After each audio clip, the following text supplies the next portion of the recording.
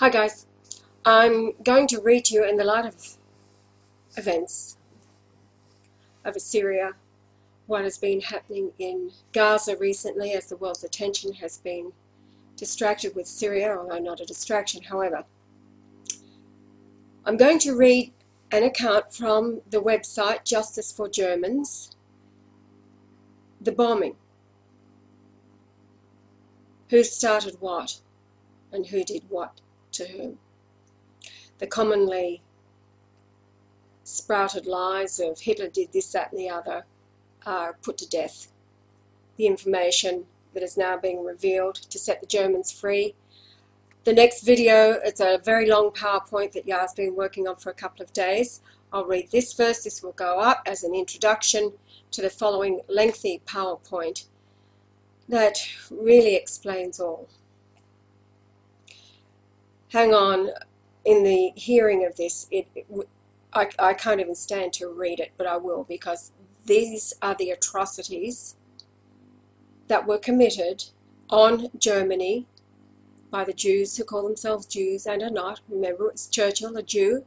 For 9 years before the war, he was supported by the Jews. He was a gambler, a counterfeiter.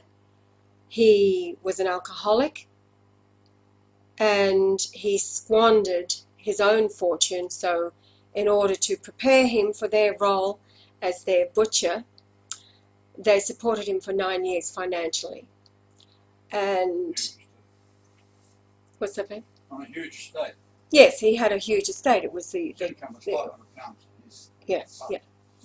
Anyway, the bottom line is Churchill, the monster for Britain, fronting for the Jews who call themselves Jews and not. And of course, behind it all are Rothschilds. You've all seen the photographs circulating. Everything is being, this is what the revelation is all about. It's the revealing of all truth. It has been like a freight train.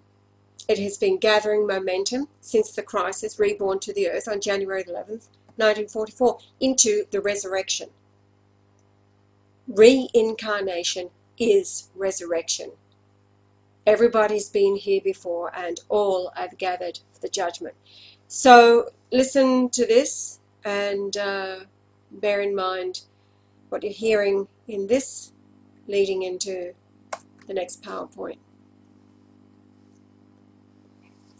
Who started the bombing of civilians in World War II?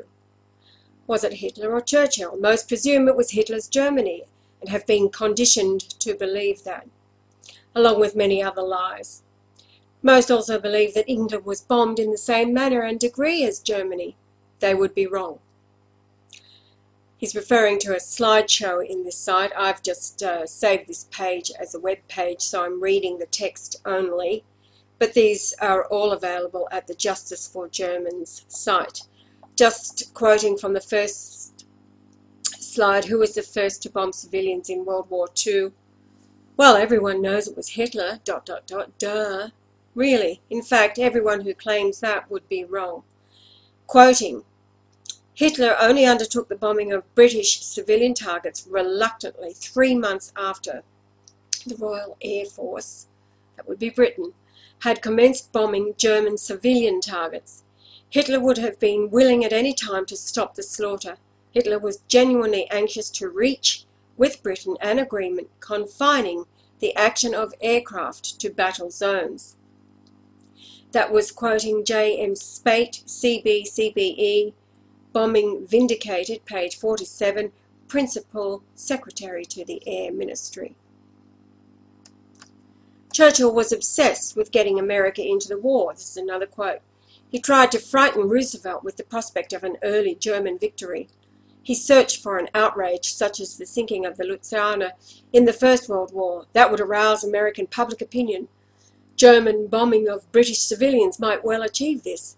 But for weeks it looked as if the Germans had no intention of being so obliging.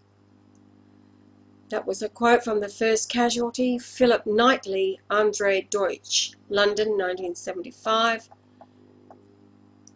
Then the first breach of international law. This raid on the night of May the 11th, 1940, although it's in itself trivial, was an epoch-making event, since it was the first deliberate breach of the fundamental rule of civilized warfare, that hostilities must only be waged against the German combatant forces. Their flight marked the end of an epoch which had lasted for 2½ centuries. That was F.J.P. Veal, Advance to Barbarism, page 172. I want you to bear in mind, with everything that has been, all of the lies being exposed in the warfare of this last 100 years, and in particular since the Persian Gulf, round one with George Bush Sr. All of the lies and how the Americans and the Britons, NATO, have conducted their warfare against the innocents, the slaughter of the innocents. Another quote, this first area attack of the war was carried out by 134 British bombers on the German city of Mannheim on the 16th of December 1940. The object of this attack, as Air Chief Marshal Pierce later explained, was to concentrate the maximum amount of damage in the centre of the town. That was from the Strategic Air Offensive against Germany, London, 1961. So that's the backdrop to what else I'm going to read. There's a discussion on the kinds of aircraft that we use. The fact is, Germany never developed long-range heavy bombers designed for this purpose, as the British and Americans did well in advance of the war. German bombers were much smaller and designed for tactical support of ground troops and tank warfare. If Hitler had really wanted a war and had planned to take over the world, as we are told, do you not think he would have developed such planes? And if the US and Britain were really such champions of peace and so concerned with humanity, why were they always preparing for war, and in such a way that they could do maximum damage to civilian populations? Then there's a speech, it's a video, Hitler in his own words, that is not on this page because it's a, then it has the bombing of Karlsruhe, and then an interview, another video. I'm only reading text. Quoting, Churchill said to the Germans in 1945, "We Allies are no monsters. This, at least I can say, on behalf of the United Nations, to Germany. Peace, though based on unconditional surrender, will bring to Germany and Japanese immense and immediate alleviation of suffering and agony."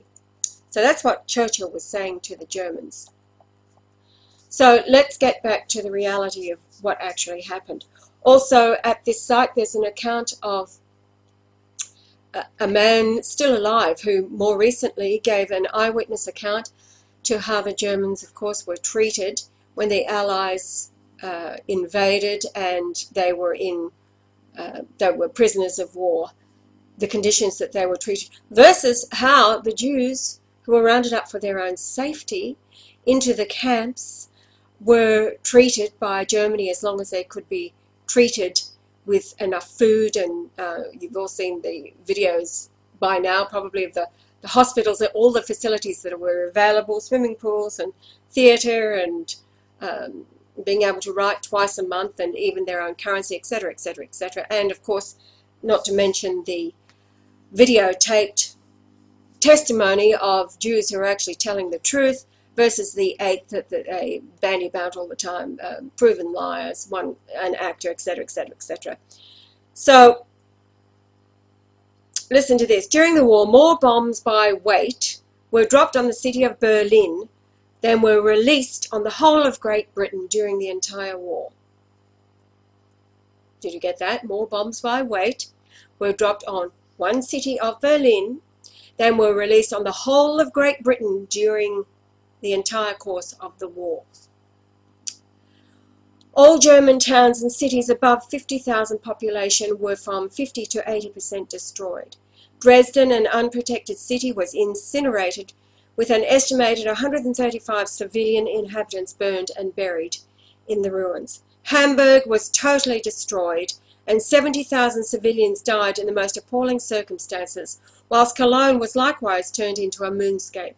As Hamburg burned, the winds feeding the 3-mile-high flames reached twice hurricane speed